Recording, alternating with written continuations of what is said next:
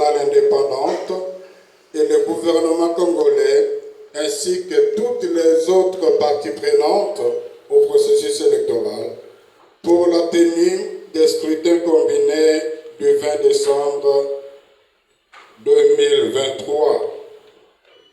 Nous remercions particulièrement la CENI pour avoir accordé toutes les accréditations sollicitées pour cette observation. Après l'observation des différentes opérations électorales, la MOE note la détermination des électeurs qui se sont mobilisés pour accomplir leurs devoirs civiques en dépit de différents incidents observés dans les centres de bureaux de vote. Le peuple congolais a bel et bien répondu une fois de plus au rendez-vous de son histoire. La MOE Senko SSC salue ainsi la bravoure de ses observateurs qui, en dépit des cas de violence, des arrestations, de l'interdiction d'accès à certains bureaux de vote dont ils ont été victimes, ont pu collecter les données reprises dans cette déclaration. La MOE Senko SSC,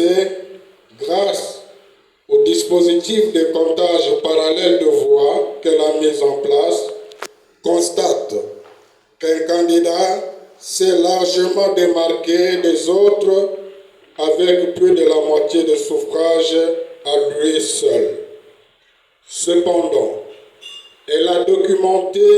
de nombreux cas d'irrégularité susceptibles d'affecter l'intégrité des résultats des différents scrutins à certains endroits. La MOE met de ce fait à la disposition de toutes les parties prenantes un document annexe reprenant ces irrégularités documentées. Au regard de ce qui précède, la MOE Senko SSC invite la Commission électorale nationale indépendante CENI, la Cour constitutionnelle ainsi que d'autres cours et tribunaux habilités à tirer en toute responsabilité toutes les conséquences qui s'imposent en fonction de l'incidence sur la base de calcul des résultats pour les scrutins concernés avant de proclamer respectivement les résultats provisoires et définitifs des différents scrutins. Eu égard aux conditions dans lesquelles les scrutins se sont déroulés, la MOE demande particulièrement à la CENI, pour rassurer les différentes parties prenantes, de préciser le nombre de bureaux de vote qui ont ouvert le 20 décembre 2023 et ceux qui ont ouvert après cette date,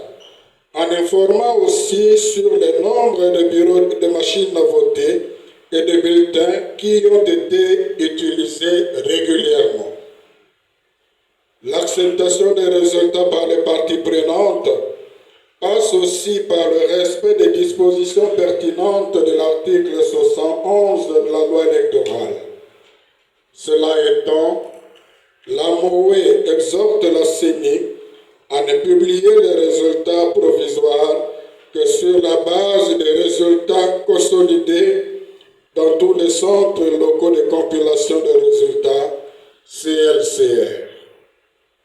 La prise en compte des irrégularités documentées par les instances ci-haut citées constitue un gage pour l'acceptation des résultats par le public et pour garantir au mieux la paix, la cohésion et la stabilité en République démocratique du Congo